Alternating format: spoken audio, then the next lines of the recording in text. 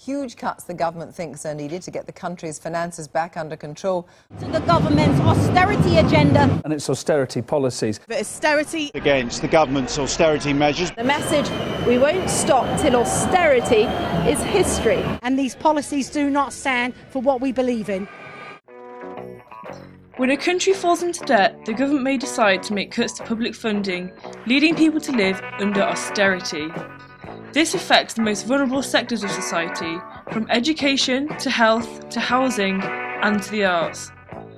Although 10 years have passed since the banks imploded, the repercussions of the crisis are still relevant today. To investigate the impact of the global financial crisis on the arts sector, we interviewed two creative practitioners on the difference that spending cuts have had on their private and public sectors.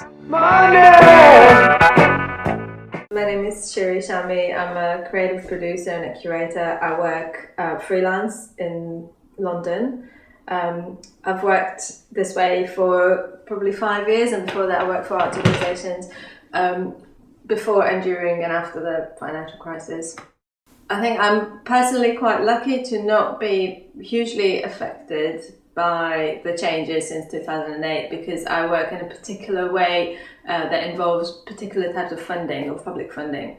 But looking around me, I can see that everybody is affected massively. Public funding has been being diminished and gone, so everybody who work in my sector in the same way as me have far less access to funding. So people have to consider what's worthwhile. Again, it's that kind of what's cost effective, what's useful. That's not a way to think about culture. So I think artists have got a level of responsibility like everybody else, but maybe we have different tools to communicate the responsibility, but also to communicate some change. We have a voice that we need to use.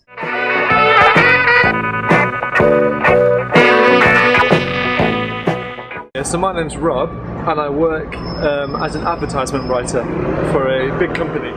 I work in the private sector, so it's done really well at the moment. We're getting more and more clients, and I'm getting more and more work piled up on me. Well, I used to work in the public sector. I used to alternate between that and freelance work.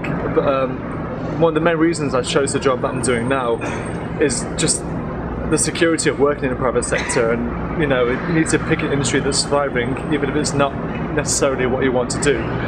Okay, so I say austerity has had quite a negative effect on working environment. I mean, as I say, we're thriving. We're a thriving company, so more and more work's getting piled on us. So more and more people are unhappy. We're overworked. We're very underpaid, in our opinion. Last week there was someone who was here for about 2 days, and she left the company for 2 days because it's so toxic.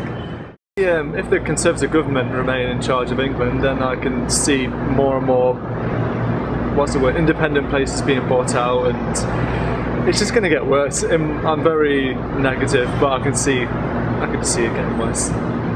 The reason that I'm thinking of leaving the art world, or kind of stepping out for now, is because looking at the world around me, I'd say the crisis is so intense. We are in multiple crises, and I feel that at the moment I can be personally, with all the skills that I learned in the art world, be more socially useful elsewhere. What does it mean to live in austere times, and what does austerity do to growth? In general, there's been a lot of competition because of austerity. I am in competition with my peers and my colleagues. So more and more people are unhappy. I'm being sucked into the neoliberal way of thinking. We're overworked, we're very underpaid. We're getting deeper and deeper into crisis. So we just get more and more work piled upon us. There will be far less diversity in the art world, and that is a direct effect of austerity.